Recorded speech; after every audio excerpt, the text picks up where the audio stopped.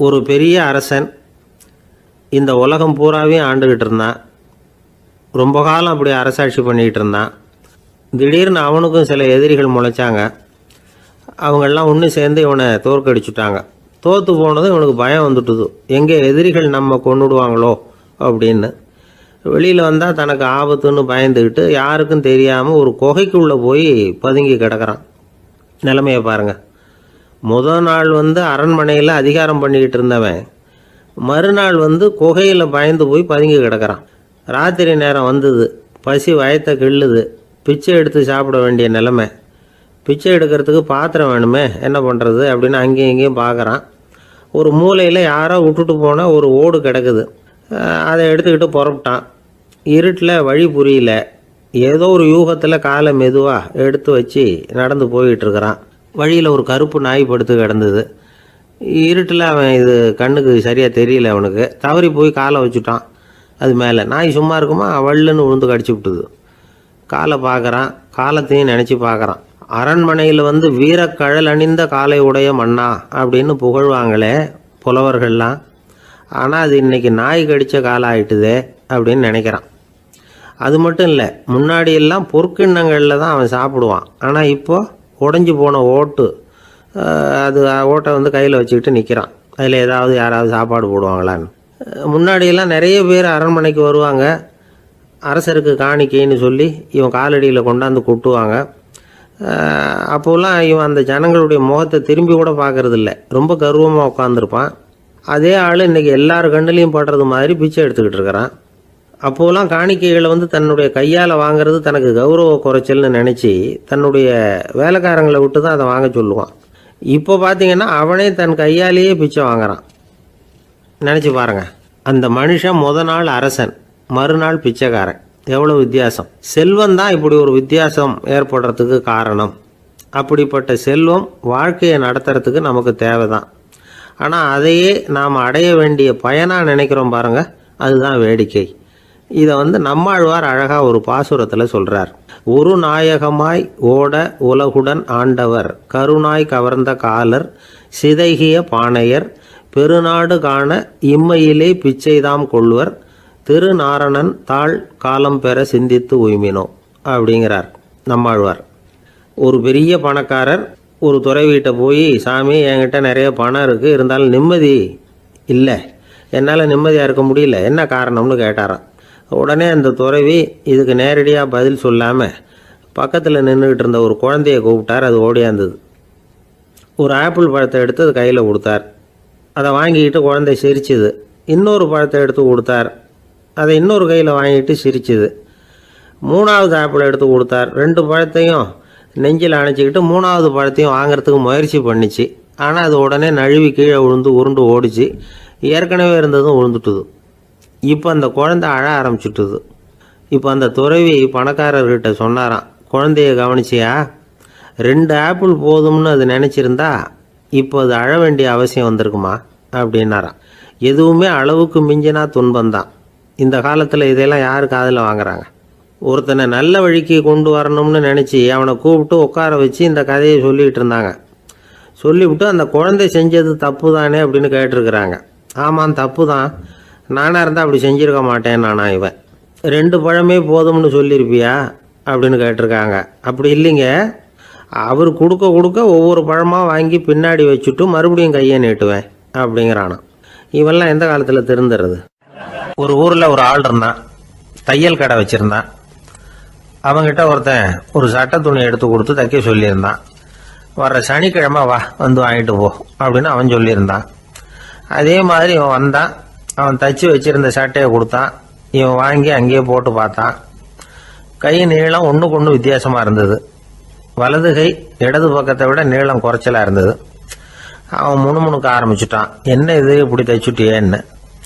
இதுக்கு அவன் சொன்னான், ஐயையோ இதுக்காகவா சங்கடப்படுறீங்க, வலது கையை மட்டும் கொஞ்சம் உள்ளே இழுத்தாப்புல வச்சுக்கிட்டீங்கன்னா சரியாக போகுது, மற்றபடி அந்த சட்டையில் உள்ள கலை அம்சத்தை கவனிங்க, எவ்வளோ அற்புதமாக தைச்சிருக்கேன் பாருங்கள், ஒரு சின்ன குறைய இப்படிலாம் பொருட்படுத்த வேண்டியதில்லை, நான் சொன்னது மாதிரி கையை கொஞ்சம் உள்ளே இழுத்தது மாதிரி வச்சுக்கிட்டு நடந்து போங்க, ஜோராக இருக்கும் அப்படின்னா.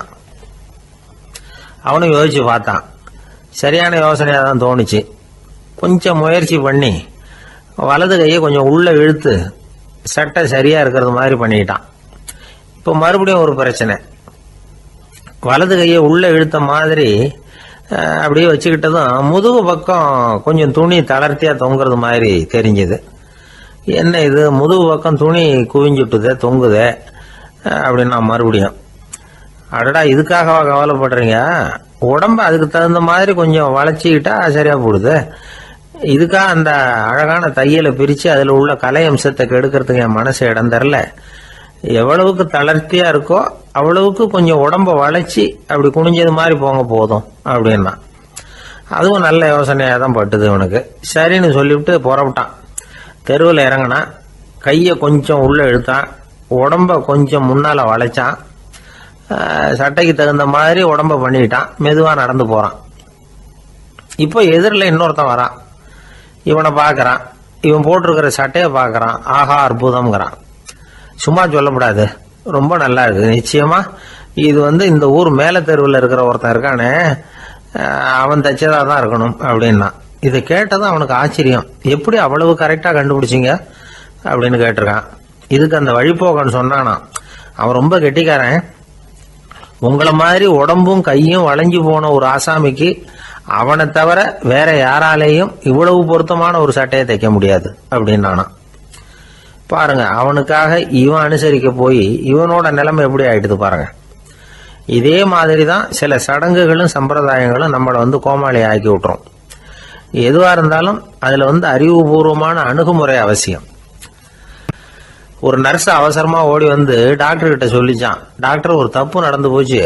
10ஆம் நம்பர் பெட்டில் இருக்கிற பேஷண்ட்டுக்கு காலில் ஆப்ரேஷன் பண்ணுறதுக்கு பதிலாக கையில் ஆப்ரேஷன் பண்ணி விட்டீங்க. கை ஆப்ரேஷன் பண்ணிக்க வேண்டிய ஆள் 7ஆம் நம்பர் பெட்டில் இருக்கார் அப்படின்னு தான். அதுக்கு ஒரு பதட்டப்படாமல் சொன்னாராம், பரவாயில்ல இவரை தூக்கி 7ஆம் நம்பர் பெட்டில் போட்டுரு அப்படின்னாராம். ஒரு மனிதர், அவர் யாருக்கிட்டே தொலைபேசியில் பேசிகிட்டு இருக்கிறார். கொஞ்சம் தூரத்தில் நாம் நிற்கிறோம். எட்டத்தில் இருந்துக்கிட்டு அவரை கவனிக்கிறோம். அவர் ஃபோனில் பேசுகிறத, அவர் பேசுகிற வார்த்தைகள் என்ன அப்படிங்கிறது நம்ம காதில் விழலை. ஆனாலும் அவர் பேசிக்கிட்டு இருக்கிறது நல்ல செய்தியா கெட்ட செய்தியா அப்படிங்கிறத நம்மளால் யூகிக்க முடியும். மகிழ்ச்சியான செய்தியை பேசும்போது முகம் மலருது, புன்னகை போக்குது. இதில் ஒன்று நீங்கள் கவனிக்கணும். தொலைபேசியில் நாம் பேசுகிறப்போ நம்மோட பேசுகிறவர் எதிரில் இல்லை. அவர் தொலைபேசி வழியாக நம்ம குரலை மட்டும்தான் கேட்க போகிறார். நம்ம முகத்தை அவர் பார்க்க போகிறதில்ல. அப்படி இருந்தும் அப்போ நம்ம முகம் ஏன் மலரணும் அப்படின்னா, இதுதான் உடல் மொழி, பாடி லாங்குவேஜ் அப்படின்னு சொல்கிறாங்க. நம்ம அறியாமலேயே நம்ம உடம்பு செய்திகளை தெரிவிக்குது பாருங்க, அதுதான் உடல் மொழி. ஒரு மனிதர் தொலைபேசியில் பேசிக்கிட்டு இருக்கிறத நீங்கள் தூரத்துல இருந்து கவனிச்சுக்கிட்டே அவர் நண்பரோட பேசுகிறாரா, மனைவியோட பேசுகிறாரா, குழந்தையோட பேசுகிறாரா, இல்லை மேல் அதிகாரிகிட்ட பேசுகிறாரா, அல்லது அவருக்கு கீழே பணிபுரிகிறவர்கள்கிட்ட பேசுகிறாரா அப்படிங்கிறத கண்டுபிடிக்கலாம். அதுக்கு காரணம் அவருடைய உடல் மொழி. இந்த உடல் மொழி கூட நம்ம வாழ்க்கையின் முன்னேற்றத்துக்கு பயன்படும். இதை பற்றியெல்லாம் கூட சில நிபுணர்கள் ஆராய்ச்சி பண்ணி பார்த்துருக்குறாங்க. அவங்க சில விவரங்களை சொல்கிறாங்க. குறிப்பாக ஒருத்தர் தன்னுடைய நாற்காலியில் கிட்டத்தட்ட படுத்துக்காத குறையாக உட்காந்துருக்கிறாருன்னு வச்சுக்கோங்க. எதிர இருக்கிறவர் பேசுறது அவருக்கு பிடிக்கலன்னு அர்த்தமா. தலையை சொரிஞ்சிக்கிறது, வேறு வேறு திசைகளில் பார்க்கறது, கொட்டாவி விடுறது, கால்களை மாற்றி போட்டு உட்கார்றது, களைப்பாக கை விரல்களை அப்படியே பின்னிக்கிறது, அடிக்கடி கடிகாரத்தை பார்க்கறது, இப்படிலாம் ஒருத்தர் பண்ணிக்கிட்டு இருக்கிறாருன்னா நாம் கூடிய சீக்கிரம் அந்த இடத்த விட்டு எழுந்திரிச்சு வந்துடுறது நல்லது. ஏன்னா இதெல்லாம் அவருடைய சலிப்பு, சோர்வு, ஆர்வமின்மை இதுக்கு அடையாளங்கள். நம்முடைய பேச்சு அவரை சலிப்படைய வச்சுட்டுதுன்னு அர்த்தம். அவர் ரொம்பவும் சோர்ந்து போயிட்டாருன்னு பொருள். நம்முடைய பேச்சில் அவருக்கு ஆர்வம் இல்லைன்னு அர்த்தம். அதே நேரத்தில் நாற்காலியின் நுனியில் அமர்ந்து உடலை முன்னுக்கு நகர்த்தி எதிர இருக்கிறவரின் கண்களை பார்த்துக்கிட்டே பேசினாலும் சரி அல்லது பேச்சை கேட்டாலும் சரி, உங்கள் பேரில் மற்றவங்களுக்கு உள்ள பிடிப்பு அதிகரிக்கும். நாம் எப்படிப்பட்டவருங்கிறத நம்ம உடம்பும் நடை உடை பாவனையும் அடுத்தவங்களுக்கு காட்டி கொடுத்துரும். உங்கள் உடம்பு, உங்கள் பார்வை, நடை, உட்கார்ற விதம், இதை வச்சுக்கிட்டே நீங்கள் பொறுப்புள்ளவரா, முரடரா, அலட்சியமானவரா, மரியாதை தெரிஞ்சவரா, அடக்கமானவரா, நம்பிக்கைக்கு உரியவரா, நாணயம் இல்லாதவரா, பயந்தவரா, திறமைசாலியா, அப்பாவியா அப்படிங்கிறதையெல்லாம் கண்டுபிடிச்சிடலாம். அதனால் இந்த உடல் மொழியை புரிஞ்சுக்கிட்டு நம்மளை கொஞ்சம் சரிப்படுத்திக்கிட்டோம்னா வாழ்க்கையில் சுலபமாக பல காரியங்களை சாதிக்க முடியும். ஒரு மனநல மருத்துவமனை. அங்கே ஒருத்தர் ஒரு நாற்காலியில் உட்காந்துக்கிட்டு கார் ஓட்டுறது மாதிரி அப்படி பாவனை பண்ணிகிட்டு இருந்தார். ஸ்டியரிங்கை திருப்புறது மாதிரி, பின்னாடி வர்ற வண்டியை நிற்க சொல்கிறது மாதிரி, அப்புறம் இவர் ஒதுங்கிக்கிட்டு அவருக்கு வழி விடுறது மாதிரி, இப்படிலாம் சேட்டைகள் பண்ணிக்கிட்டு இருந்தார் மனநல மருத்துவமனையில். இதை பார்த்துக்கிட்டு இருந்த ஒருத்தர் பக்கத்தில் இருந்த இன்னொருத்தர்கிட்ட கேட்டார், இவர் ஏன் இப்படி பண்ணுறாரு, இவருக்கு ஏன் அப்படி வந்தது நிலைமை அப்படின்னு சொல்லி அவர் விசாரித்தார். அப்போ அவர் விவரம் சொன்னார். வேறு ஒன்றும் இல்லைங்க, இவருக்கு கார் ஓட்டணும்னு ஆசை ரொம்ப காலமாக, அது நிறைவேறாமல் போயிட்டுது. அதுக்கப்புறம் அவர் மனநோயாளியாக மாறிட்டார். இங்கே அழைச்சிட்டு வந்தாங்க. இங்கே அழைச்சிட்டு வந்ததுலேருந்து அப்படி தான் பண்ணிகிட்டு இருக்கிறார். அப்போ கார் ஓட்டுறது மாதிரிலாம் பாவனை பண்ணிகிட்டு இருப்பார், திருப்புறது மாதிரி பண்ணுவார், பின்னாடி வர்றவங்களுக்கு இடம் விடுவார், இப்படிலாம் செய்கிறார் அப்படின்னு விவரம் சொன்னாங்க. நீங்கள் சொல்லப்படாதா, இப்போ நீங்கள் கார் ஓட்டல, வெறும் நாற்காலியில் தான் உட்காந்துருக்குறீங்க அப்படின்னு நீங்கள் சொல்லப்படாதா அவருக்கு அப்படின்னு கேட்டாங்க. அது முடியாதுங்க, ஏன்னா அந்த காரை கழுவுறதுக்காக அவர் தினமும் எனக்கு 10 ரூபா கொடுத்துக்கிட்டு இருக்கிறார் அப்படின்னாராம் அங்கே வேலை செஞ்சுக்கிட்டு இருந்த ஒருத்தர். அதனால் வாழ்க்கையில் நாம் இந்த உடல் மொழியை புரிஞ்சுக்கணும். உடல் மொழிங்கிறது இப்போ ஆரம்பத்தில் சொன்னது மாதிரி அந்த தொலைபேசியில் பேசுகிறவங்கள தூரத்திலேருந்து பார்த்தாவே அவர் யாருக்கிட்ட பேசுகிறார் என்ன பேசுகிறாருன்னு தெரியும். நம்ம முகத்தை நல்லா வச்சுக்கணும். உடல் மொழியை நம்ம புரிஞ்சுக்கிட்டு பயன்படுத்த ஆரம்பித்தோம்னா எந்த முயற்சி பண்ணினாலும் அதில் வெற்றி நிச்சயம். ஒரு சின்ன பையன் என்னை தேடிட்டு ஓடி வந்தான். ஒரு கதை சொல்லுங்கன்னா, சொந்தமாக எதுவும் தெரியாதேன்னு. உங்களுக்கு சொந்தமாக எதுவும் தெரியாதுன்னு எனக்கும் தெரியும் அப்படின்னா. இந்த பையன் அடிக்கடி என்கிட்ட கதை கேட்குறவன், அதனால் என்னோட ரகசியம்லாம் அவனுக்கு அத்துப்படி. அதனால தான் அவ்வளவு தெளிவாக அடித்து விட்றான். சரி, இப்போ என்ன செய்யலாம்னு, பழைய கதை ஏதாவது ஒன்று சொல்லுங்களேன்னா. உனக்கு கிருஷ்ணதேவராயரை தெரியுமான்னு. அவர்கிட்ட நேரில் பழக்கம் இல்லை, ஆனால் அவரை பற்றி புஸ்தகத்தில் படிச்சிருக்கேன்னா. சரி, இவன்கிட்ட மேற்கொண்டு பேச்சு கொடுத்தா நம்மளை ஒரு மாதிரி ஆக்கி விடுவான் அப்படிங்கிறத யூகம் பண்ணிட்டு அவனை உட்கார வச்சு கடைசி வரைக்கும் குறுக்க பேசக்கூடாது அப்படின்னு ஒரு கண்டிஷனையும் போட்டுட்டு அந்த கதையை சொன்னேன். ஒரு சமயம் கிருஷ்ணதேவராயர் சமஸ்தானத்துக்கு ஒரு பெரிய வித்வான் சேர்ந்தாராம். என்னோட போட்டி போடுறதுக்கு இந்த ஊரில் யாராவது இருக்கீங்களா அப்படின்னு சவால் விட்டாராம். அந்த ஊரில் இருந்த பெரிய பெரிய வித்வான்லாம் இது ஏதுனா வம்பா போச்சுன்னு நினைக்க ஆரம்பிச்சிட்டாங்க.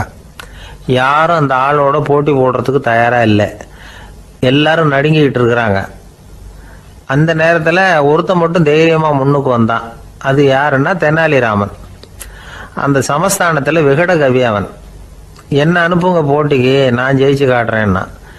உனக்கு அவ்வளவு தைரியம் இருக்குதா அப்படின்னு கேட்டாங்க. தைரியம் மட்டும்தான் என்கிட்ட இருக்குது, ஆனால் தைரியம் இருந்தால் அதிர்ஷ்டம் தேடிட்டு வருங்கிறது எனக்கு தெரியும் அப்படின்னா. அடுத்த நாள் போட்டி ஆரம்பமாச்சு. அந்த பெரிய வித்வான் நின்னார். தெனாலிராமன் எதிரில் நின்னான். அந்த வித்வான் ஒரு விரலை காட்டினார். தெனாலிராமன் பதிலுக்கு 2 விரலை காட்டினான். வித்வான் 3 விரலை காட்டினார். இவன் உடனே 4 விரலை காட்டினான். உடனே 5 விரலை காட்டினார் அவர். தெனாலிராமன் உடனே தன்னுடைய கை முஷ்டியை காட்டினான், கையை மூடி காட்டினான். அவ்வளோதான். அந்த பெரிய வித்வான் கிருஷ்ணதேவராயர் காலில் விழுந்தார். நான் தோத்துட்டேன், என் தோல்வியை ஒத்துக்கிறேன் அப்படின்னு சொல்லிவிட்டார். கிருஷ்ணதேவராயர் அவரை தனியாக அழைச்சிட்டு போய் என்ன நடந்ததுன்னு விசாரித்தார். அந்த வித்வான் விளக்கம் கொடுத்தார். ஆண்டவன் ஒருவன் தான் உண்டுங்கிறத விளக்கிறதுக்காக நான் ஒரு விரலை காட்டினேன். அப்படி இல்லை, சக்தியை சேர்த்தா சக்தி சிவன் 2 பேர் உண்டுன்னு உங்கள் வித்வான் 2 விரலை காட்டினார். மூர்த்திகள் 3 பேருங்கிறதுக்காக நான் 3 விரலை காட்டினேன். வேதங்கள் 4ன்னு சொல்லி ஒரு 4 விரலை காட்டினார். பஞ்சபூதங்கள் 5ன்னு நான் 5 விரலை காட்டினேன். அதையெல்லாம் அடக்கி ஆளணும்னு சொல்லி அவர் கையை மூடி உறுதியாக காட்டினார். அடடா, உங்கள் வித்வானுக்கு எப்பேற்பட்ட அறிவு, அவர் தான் ஜெயிச்சார், நான் தோத்துட்டேன் அப்படின்னார் அவர். அப்படி சொல்லிவிட்டு அவர் போயிட்டார். அதுக்கப்புறம் தெனாலிராமனை கூப்பிட்டு என்னப்பா நடந்தது அப்படின்னு கேட்டாராம். அதுக்கு தெனாலிராமன் விளக்கம் கொடுத்துருக்குறான். அவன் முதல்ல என்னை கொன்னுடுவேன்னு அந்த வித்வான் ஒரு விரலை காட்டினான். உடனே ஒரு 2 கண்ணையும் தோண்டி போடுவேங்கிறதுக்காக நான் 2 விரலை காட்டினேன்.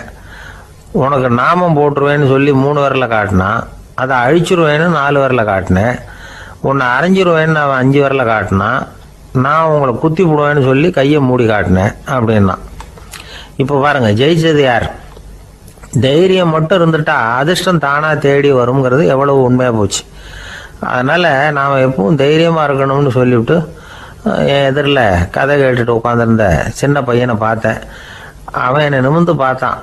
அவன் தன்னோட கை கால் ரெண்டையும் ஒரு மாதிரியாக என் முன்னால் தூக்கி 20 விரலை காட்டினான். எனக்கு ஒன்றும் புரியல. இதுக்கு என்னப்பா அர்த்தம்னு கேட்டேன். இதே கதையை இதுக்கு முன்னாடி என்கிட்ட 20 தடவை நீங்கள் சொல்லியிருக்கீங்கன்னு அர்த்தம் அப்படின்னா. ஒரு நாள் ஒரு 10-15 பள்ளிக்கூடத்து பிள்ளைங்க தேடிட்டு வந்தாங்க. உங்களை பார்த்துட்டு தான் போகணும், அதுக்காக தான் வந்திருக்கோம்னாங்க. என்ன விஷயம்னு கேட்டோம். நாங்கள்லாம் கூடி ஒரு முடிவு பண்ணியிருக்கிறோம், அதை உங்ககிட்ட சொல்லணும் அப்படின்னாங்க. அதுவும் ஒரு வாண்டு பையன் அதை சொன்னான். என்ன முடிவு அது அப்படின்னு கேட்டோம் ரொம்ப ஆர்வமாக. அதை இப்போ சொல்ல மாட்டோம், எங்களுக்கு பிடிக்கிற மாதிரி ஏதாவது ஒரு தகவல் சொன்னால் அதுக்கப்புறம் நாங்கள் அதை சொல்கிறோம் அப்படின்னா அந்த வாண்டு பையன். சரி, சின்ன பையன்கிட்ட இன்றைக்கி வசமாக மாட்டிக்கிட்டோம் அப்படின்னு நினச்சிக்கிட்டு அவங்களுக்கு தகுந்த மாதிரி ஒரு கதை சொல்ல ஆரம்பித்தோம். அது என்ன கதைன்னா, ஒரு பெரிய காடு, அதில் பலவிதமான மிருகங்கள். அந்த காட்டுக்கு ஒரு சிங்கம் தான் ராஜா. எப்பவும் காட்டுக்கு அது தானே ராஜா. ஒரு பெரிய யானைக்கு இது பொறுக்கலை. என்ன இது, எப்போ பார்த்தாலும் இங்கே சிங்கத்துக்கே ராஜா பதவி கிடைக்கிது, நான்லாம் எவ்வளவு பலசாலியாக இருக்கிறேன், அப்படி இருந்தும் எனக்கு அந்த பதவி கிடைக்கலையே அப்படின்னு தனக்குள்ளே பொறுமிக்கிட்டே இருந்தது. ராஜா பதவியை நினச்சி ரொம்ப ஏக்கம், அதுக்கு பதவி மோகம். இந்த சமயம் பார்த்து ஒரு குள்ள நரி கூட்டம் அதை தேடிட்டு வந்தது. ஐயா பெரியவங்களே, நீங்கள் இந்த காட்டுக்கு ராஜாவாக இருக்க ஆசைப்படுறீங்க, அதில் ஒன்றும் தப்பு இல்லை.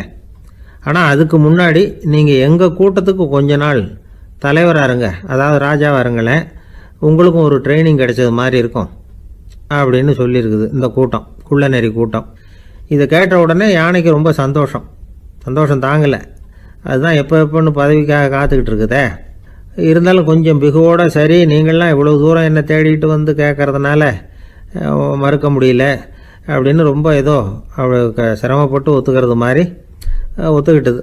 ஏதோ உங்கள் ஆசைக்கு கட்டுப்படுறேன், கொஞ்ச நாள் உங்கள் கூட்டத்துக்கு ராஜாவாக இருக்கிறதுக்கு சம்மதிக்கிறேன் அப்படின்னுது. உடனே அந்த யானை ராஜ நடை போட ஆரம்பிச்சிட்டுது.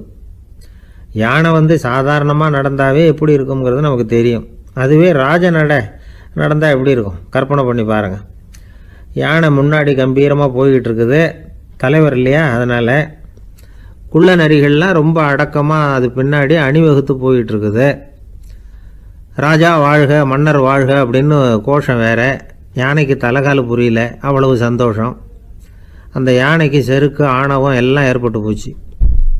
அதுக்கப்புறம் அது தரையை பார்க்குமா, நிமிர்ந்து நடக்க ஆரம்பிச்சுட்டுது.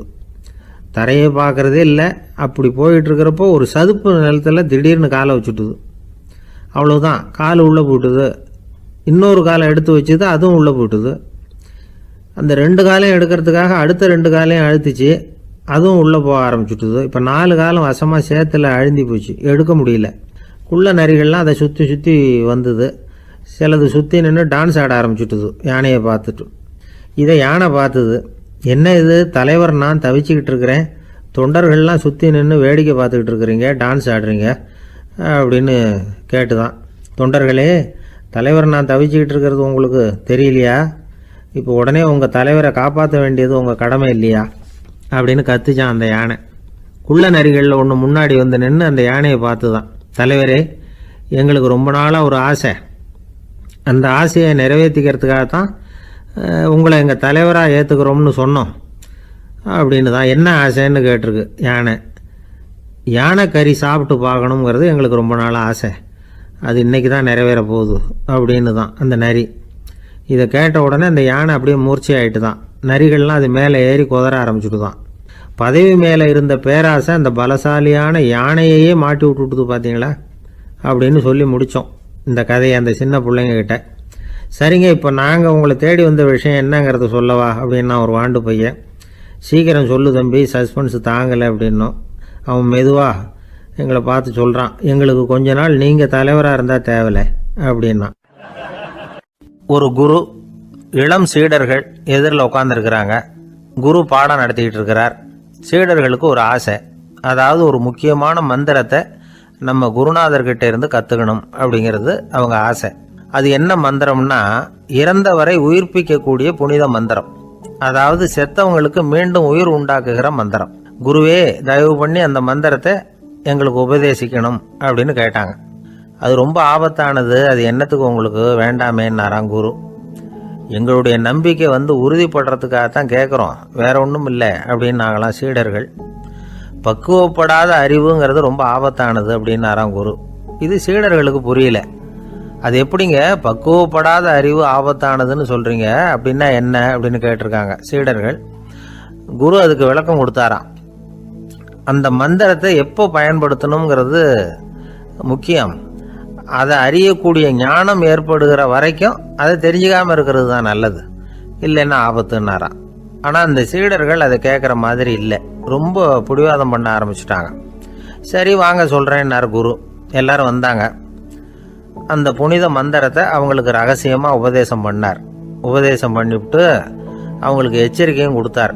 இந்த மந்திரத்தை நல்லா ஆராய்ச்சி பார்த்ததுக்கு அப்புறம் தான் உச்சரிக்கணும், அவசரப்பட்டு எதுவும் செஞ்சிடக்கூடாது அப்படின்னு ஒரு தடவைக்கு பல தடவை எச்சரிக்கை கொடுத்தார். சரின்னு சொல்லிவிட்டு அவங்கெல்லாம் மந்திரத்தை கற்றுக்கிட்டு எழுந்திரிச்சு போயிட்டாங்க.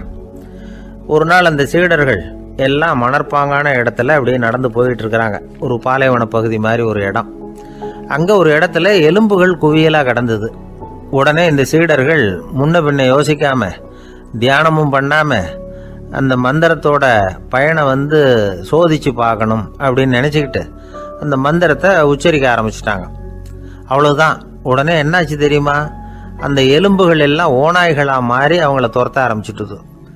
சீடர்கள் எல்லாம் தலைதெறிக்கி ஓட ஆரம்பிச்சிட்டாங்க. ஓநாய்களும் விடலை, அவங்கள துரத்தி பிடிச்சி கடிச்சு கொதற ஆரம்பிச்சுட்டுது. அப்போ தான் அந்த சீடர்களுக்கு குரு சொன்ன அறிவுரையோட அர்த்தம் புரிஞ்சுது. பக்குவப்படாத அறிவு ஆபத்தானது அப்படிங்கிறது. அதனால் இதிலேருந்து நாம் தெரிஞ்சுக்க வேண்டியது என்னென்னா, நாம் நம்ம அறிவை வளர்த்துக்கிட்டால் மட்டும் போதாது, அந்த அறிவை எப்போ எப்படி பயன்படுத்தணும் அப்படிங்கிற பக்குவமும் நமக்கு வரணும். அப்போ தான் வாழ்க்கை நல்லபடியாக அமையும், இல்லைன்னா இடைஞ்சல் தான். இந்த காலத்தில் சில சின்ன பிள்ளைங்களுக்கே அறிவு ரொம்ப பக்குவப்பட்டிருக்குங்கிறத உணர முடியுது. ஒரு சின்ன பையன் பள்ளிக்கூடத்தில் மார்க் லிஸ்ட் கொடுத்தாங்க, வாங்கிக்கிட்டு அவசரமாக வீட்டுக்கு ஓடினான். எதிரில் வந்த ஒருத்தர் கேட்டார், என்ன அவசரம், ஏன் இப்படி வேகமாக ஓடுறேன்னார். எங்கள் அம்மா கிட்ட அடி வாங்கணும், அதுக்காக தான் ஓடுறேன்னா. அடி வாங்கிறதுக்கா இவ்வளவு அவசரம்னார் அவர். அப்படி இல்லைங்க, நான் போகிறதுக்குள்ளே எங்கள் அப்பா வீட்டுக்கு வந்துட்டாருன்னா அவர்கிட்ட அடி வாங்க வேண்டியிருக்கும், அதை அவாய்ட் பண்ணுறதுக்காக இப்படி ஓடுறேன் அப்படின்னு நானும் அந்த பையன். திருநெல்வேலி மாவட்டத்தில் கோவில்பட்டிக்கு பக்கத்தில் உள்ள ஊர் கடம்பூர். காமராசர் முதலமைச்சராக இருந்த காலம். கடம்பூரில் ஒரு பள்ளி சீரமைப்பு மாநாடு நடக்குது. அந்த பக்கத்தில் உள்ள பள்ளிக்கூடம்லாம் அதில் கலந்துக்குது. கண்காட்சி வேற, ஊர் பூரா விழா கோலம். மறுநாள் மாநாடு நடக்க போகுது. ஆனால் முதல் நாளே மழை பிடிச்சிக்கிட்டுது. மறுநாளும் அது விடாமல் பேஞ்சிக்கிட்டு இருக்குது. காமராசர் காலையிலேருந்து பல்வேறு நிகழ்ச்சிகளில் கலந்துக்கிட்டு சாயந்தரமாக கடம்பூருக்கு வந்து சேர வேண்டியவர். மழை பேஞ்சிக்கிட்டு இருக்கிறதுனால நிகழ்ச்சி ரத்தாயிடுமோ என்னமோ அப்படின்னு எல்லாரும் சந்தேகப்பட்டுக்கிட்டு இருக்கிறாங்க. அவர் கோவில்பட்டி பயணிகள் விடுதியில் இருக்கிறார். கடம்பூர்லேருந்து சில பேர் போய் அவரை சந்திக்கிறாங்க. மழை பெஞ்சிக்கிட்டு இருக்குதே, என்ன செய்யலாம் அப்படின்னு கேட்குறாங்க. மழை பெஞ்சால் நல்லது தானே, அதுக்காக மாநாட்டை எதுக்காக ரத்து செய்யணும்? ஆசிரியர்கள் எவ்வளவு கஷ்டப்பட்டு ஏற்பாடு பண்ண மாநாடு, கட்டாயம் வந்துடுறேன் அப்படின்னாராம் காமராசர். உடனே புறப்பட்டார். மழையை பொருட்படுத்தாத மக்கள் கூட்டம், அது கலையாமல் காத்துக்கிட்டு இருக்கிறாங்க அவ்வளோ பேரும். தலைவர் வந்துட்டார்னு தெரிஞ்சது ஜனங்களுக்கு ஏகப்பட்ட உற்சாகம். ஜனங்கள் அவ்வளவு உற்சாகமாக வரவேற்றாங்க. மாநாடு ஆரம்பமாச்சு. மலர் மாலைகள் மலை மாதிரி குவிய ஆரம்பிச்சுட்டுது. வரிசையாக ஒவ்வொரு கல்வி நிலையம் சார்பாகவும் வரவேற்பு பத்திரம் வாசித்து கொடுக்குறாங்க. என்ன வாசிக்கிறாங்கங்கிறத காமராசர் கூர்ந்து கவனிக்கிறார். ஏகப்பட்ட புகழ் மொழிகள், ரொம்ப பாராட்டி புகழ்ந்து என்னென்னமோ வாசிச்சுக்கிட்டு இருக்கிறாங்க. கொடை வள்ளலே, குணக்குன்றே, மலையே, கடலே, இப்படி தமிழ் மொழியில் பாராட்டுறதுக்கு எத்தனை வார்த்தைகள் உண்டோ அத்தனையும் அதில் சேர்த்துருக்குறாங்க. காமராசர் பொறுமை இழந்துட்டார். போதும் போதும், உங்கள் எல்லாரையும் பார்த்து 2 வார்த்தை பேசிவிட்டு போகிறதுக்காக தான் நான் வந்திருக்கிறேன். எல்லாரும் மழையில் சிரமப்பட்டு நின்றுக்கிட்டு இருக்கிறீங்க, இப்படி என்ன புகழ்ந்து படிச்சுக்கிட்டே இருந்தால் எப்படி அப்படின்னாராம். அதுக்கப்புறம் பேசி முடிச்சிருக்கிறார். மாநாட்டு நிகழ்ச்சிகள் முடிஞ்சதும் இன்னொரு நிகழ்ச்சியில் கலந்துக்கிறதுக்காக புறப்பட்டாராம்.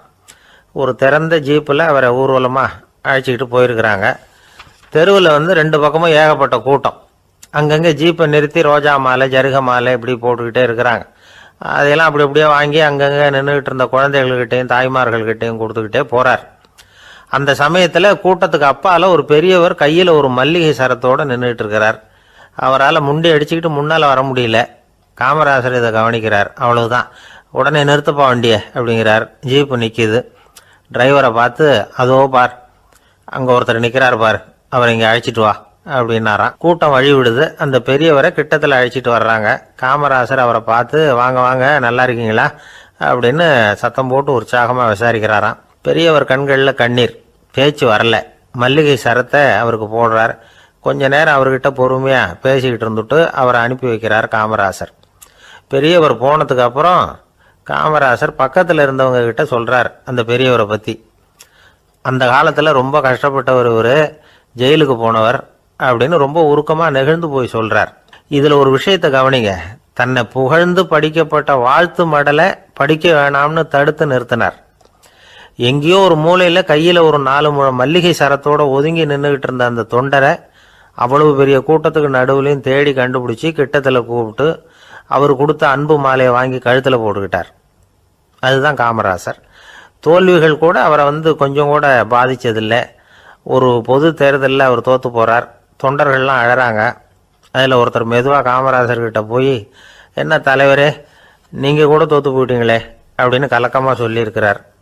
அதுக்கு காமராசர், நான் கூட தோற்று போகிறதுக்கு பேர் தான்ப்பா ஜனநாயகம் அப்படின்னாராம். பொங்கல் திருநாள். பொங்கல் திருநாள்னா இது ஏதோ அறுவடை திருநாள் அப்படின்னு சொல்லுவோம். அதாவது வருஷம் பூரா நாம் பாடுபட்டு அதனுடைய பலனை அனுபவிக்கிற நாள் அப்படிங்கிறது நாம் சொல்லிகிட்டு இருக்கிறது. இது முக்கியமாக இது ஒரு நன்றி அறிவிப்பு நாள் அப்படின்னு சொல்லுவாங்க. இன்றைக்கி நிறைய நன்றி அறிவிப்பு கூட்டம்லாம் நடந்துக்கிட்டு இருக்குல்ல, அது மாதிரி விவசாயிகள் நடத்துகிற ஒரு நன்றி அறிவிப்பு விழா இது. யாருக்கு நன்றி சொல்கிறாங்கன்னா ஆதவனுக்கு. அதாவது சூரியன் இல்லைன்னா விவசாயம் இல்லை. அதனால் ஆதவனுக்கு நன்றி செலுத்துகிற நாளாக இந்த பொங்கல் திருநாளை நாம் கொண்டாடுறோம். அதாவது இந்த பொங்கலில் விவசாயிகள்கிட்டேருந்து நிறைய பண்புகளை நாம் தெரிஞ்சுக்க வேண்டிய நாள் இது. விவசாயிகள் அவங்க விவசாயம் முன்னேறி இருக்கிற அளவுக்கு விவசாயிகளுடைய வாழ்க்கை தரம் முன்னேறலை. அந்த அளவுக்கு அவர்கள் நாட்டுக்காக உழைச்சிக்கிட்டு இருக்கிறாங்க. அந்த காலத்திலே அதை பற்றி ஒரு கதை சொல்கிறது உண்டு. ஒரு வயசான ஆள் நிலத்தில் ஏறு உழுதுகிட்டு இருந்தாராம். கிழிஞ்சு போன ஒரு சின்ன துண்டை தான் இடுப்பில் கட்டியிருந்தாராம். தலையில் ஒரு கந்தலை சுற்றி இருந்தார். உடம்பு பூரா சேரு, ரொம்ப ஏழை. ஏறு ஓட்டிகிட்டு இருக்கிறவர் வேறு எப்படி இருப்பார்? இருந்தாலும் அந்த ஆள் ரொம்ப ஜாலியாக பாட்டு பாடிக்கிட்டே ஏறு உழுதுகிட்டு இருந்தாராம். உடம்புல தான் அவர் ஏழையை தவிர மனசில் ஒரு ஏழையாக தெரியல. அந்த சமயத்தில் அந்த நாட்டு ராஜா அந்த பக்கமாக குதிரை மேலே வந்தாராம். வேட்டைக்கு போயிட்டு பரிவாரங்களோடு திரும்பி வந்துக்கிட்டு இருக்கிறார். ரொம்ப செல்வ செழிப்பில் இருக்கிற ராஜா அவர் இந்த வயசான விவசாயியை பார்த்துருக்கார். இந்த ஆள் ரொம்பவும் ஏழைங்கிறது அவர் பார்த்தாவே பளிச்சுன்னு தெரியுது. கட்டிக்கிறதுக்கு நல்ல துணி இல்லை, உடம்போ இழைச்சி போயிருக்குது, வயிறு முதுகில் போய் ஒட்டிக்கிட்டு இருக்கு, கண்ணு குழி விழுந்து போயிருக்குது. ஆனாலும் முகத்தை பார்த்தா சந்தோஷமாக இருக்கிற மாதிரி இருக்குது. இவ்வளோ உற்சாகமாக பாடிக்கிட்டு இருக்கிறாரே அப்படின்னு ஆச்சரியமாக நினச்சி பார்த்தார் அந்த ராஜா. சரி, அவர்கிட்ட கொஞ்சம் பேச்சு கொடுத்து பார்க்கலாம் அப்படின்னு முடிவு பண்ணார். ஐயா பெரியவரே, இப்படி கொஞ்சம் வர முடியுமான்னாராம். பொழுது போகிறதுக்குள்ளே நான் இந்த வயல் பூரா உழவு ஓட்டி ஆகணும், அதனால் பேசுகிறதுக்கு நேரம் இல்லை அப்படின்னாராம் அந்த பெரியவர். என்ன அவ்வளவு அவசரமாக? மீதி இருந்தால் நாளைக்கு உழுதக்கூடாதா? அது சரி, உனக்கு எத்தனை ஏக்கர் நிலம் இருக்குது அப்படின்னு விசாரிச்சிருக்கார் ராஜா. எனக்குன்னு சொந்தமாக உள்ளங்கை அளவு கூட நிலம் கிடையாது. இது எங்கள் முதலாளியோட நிலம். இதை பூராவும் உழுது முடித்தாதான் அவர் கூலி கொடுப்பார். நான் கூலிக்கு உழுதுகிட்டு இருக்கிறேன். உங்ககிட்ட பேசிக்கிட்டு இருந்தால் அவருக்கு துரோகம் பண்ணது மாதிரி ஆகிடும் அப்படின்னாராம். ராஜா குதிரையை விட்டு கீழே இறங்கினார். வரப்பில் நடந்து அந்த பெரியவர்கிட்டே போனாராம். சரி, ஒரு நாள் பூரா உழுதா உனக்கு எவ்வளவு கூலின்னு கேட்டிருக்கார். 8 அணா கூலி கிடைக்கும்னாராம் அவர். இது ரொம்ப காலத்துக்கு முன்னாடி நடந்த ஒரு சம்பவங்கிறதுனால அப்போ 8 அணா கூலிங்கிறது ரொம்ப பெருசு. இருந்தாலும் அதுவும் அந்த ராஜாவுக்கு பெரிய கூலியாக தெரியல. இவ்வளவு தானா, இதை வச்சுக்கிட்டு நீ எப்படி காலம் தள்ளுற அப்படின்னாராம். ஒன்றும் கவலை இல்லை அப்படின்னாராம் அவர். ராஜாவுக்கு ரொம்ப ஆச்சரியமாக போச்சு. 8 அணா கூலி வாங்குகிற இந்த ஆள் கவலை இல்லாமல் இருக்கிறார், ஏராளமான வசதியோடு இருக்கிறன்னா கவலை இல்லாமல் வாழ முடியலையே அப்படின்னு நினச்சி பார்த்துருக்கார். அது சரி, 8 அணாவில் எப்படி குடும்பம் நடத்துகிற அப்படின்னு கேட்டாராம். எனக்கு கிடைக்கிற 8 அணாவில் 2 அணா குடும்பத்துக்கு செலவழிக்கிறேன், 2 அணா பழைய கடனுக்கு கொடுக்குறேன், 2 அணா தர்மம் செய்கிறேன், 2 அணா வட்டிக்கு கொடுக்குறேன், ஒரு குறையும் இல்லைன்னாராம். ராஜாவுக்கு ஒன்றும் புரியல. எனக்கு ஒன்றும் புரியலேன்னு இருக்கார். ஐயா, எனக்கும் என் மனைவிக்கும் 2 அணா செலவாகுது. வயசான அம்மா அப்பா இருக்கிறாங்க. சின்ன வயசில் என்னை காப்பாற்றினவங்க அவங்க. அந்த கடனுக்கு 2 அணா செலவாகுது. அது பழைய கடன். என் தங்கச்சி ஒருத்தி ஆதரவு இல்லாத நிலைமையில் தன்னுடைய மகனோட என் வீட்டில் வந்துருக்கிறா. அவளுக்கும் அவள் மகனுக்கும் 2 அணா செலவு பண்ணுறேன். அது தர்மம். எனக்கு 2 பிள்ளைங்க இருக்கிறாங்க. அவங்களுக்கு 2 அணா செலவு பண்ணுறேன். அது வட்டிக்கு கொடுக்கறது மாதிரி. பிற்காலத்தில் அவங்க எங்களை காப்பாற்றுவாங்க. அந்த வகையில் நான் திருப்தியோடு வாழ்ந்துக்கிட்டு இருக்கிறேன் அப்படின்னாராம். ராஜாவுக்கு அர்த்தம் புரிய ஆரம்பிச்சுதான். அந்த பெரிய நிலத்தை விலை கொடுத்து வாங்கி அந்த பெரியவருக்கே தானமாக கொடுத்துட்டாராம். இப்போ உழுதவருக்கே நிலம் சொந்தமாயிட்டுது. அன்னையிலேருந்து அரசனுக்கும் ஆறுதல் கிடைச்சிதான். இப்படி ஒரு கதை சொல்லுவாங்க. 8 அணா வருமானத்தை வச்சுக்கிட்டு எப்படி காலத்தை தள்ளுறதுன்னு சொல்கிறதுக்காக இந்த கதையை சொல்கிறதாக யாரும் தப்பாக நினச்சிக்கக்கூடாது. கிடைக்கிறத எப்படி பங்கு போடுறார், எப்படி திருப்தியாக வாழறார் அப்படிங்கிறது தான் முக்கியம். அது மாதிரி இன்றைக்கு இந்த பொங்கல் திருநாளில் உழவர்கள் மனசு மகிழ்ச்சியாக இருந்ததுன்னா அது எல்லாரும் மகிழ்ச்சியாக இருக்கிறது மாதிரி அர்த்தம். அதனால் அவர்கள்ட்டேருந்து நாம் பாடம் கற்றுக்கணும். சில உழவர்கள் தங்கள் நிலத்தில் விளையிறத தாங்கள் சாப்பிட மாட்டாங்க. அடுத்தவங்கள்ட்ட விற்றுட்டு சந்தையில் போய் வேறு அரிசி வாங்கிட்டு வந்து தான் இவங்க சாப்பிடுவாங்க. அப்படிப்பட்ட விவசாயிகள்லாம் இது உண்டு. பங்கிடுகிற பண்பை உழவர்கள்ட்டேருந்து கற்றுக்கொள்ளுங்கள் அப்படிம்பாங்க. ஒரு ஆள் நிம்மதியாக மகிழ்ச்சியாக இருந்தானா, உங்கள் நிம்மதிக்கும் மகிழ்ச்சிக்கும் என்ன காரணம்னு கேட்டிருக்கார் இன்னொருத்தர். என்கிட்ட இருந்தது பூராவையும் என் பிள்ளைங்களுக்கு சமமாக பங்கு போட்டு கொடுத்துட்டேன், எனக்குன்னு எதுவுமே வச்சுக்கல, அதுதான் நிம்மதிக்கு காரணம்ன்றிருக்கான். உங்ககிட்ட இருந்தது எவ்வளவு இருந்தது அப்படின்னு கேட்டிருக்காரு அவர். மொத்தமாக ஒரு 50,000 ரூபா இருக்கும் அப்படின்னு இருக்கான். அவ்வளவும் பணமாகவே இருந்ததா அப்படின்னு கேட்டிருக்காங்க அவங்க. இல்லைங்க, அவ்வளவும் கடன், அதை தான் பிரித்து கொடுத்துருக்கேன் பிள்ளைங்கக்கிட்ட அப்படின்னு நானும் அவன்.